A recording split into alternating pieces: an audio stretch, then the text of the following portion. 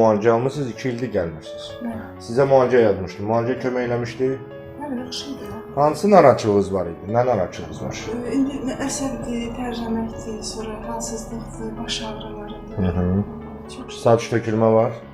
hə, Yuxunuz necədir? Yata bilmirsiniz yoxsa yuxudan doymursunuz?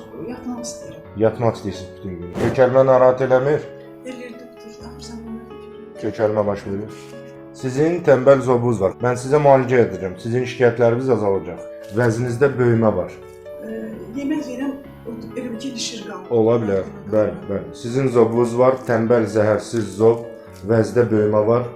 Amma əməliyyatlık deyil bugünkü günə və biz çalışaq ki, əməliyyat olmayasınız. Sizə müalicə edəcəm. Bu vəzi kiçildəcək və sizin şikayətləriniz azalacaq. Yaxşı?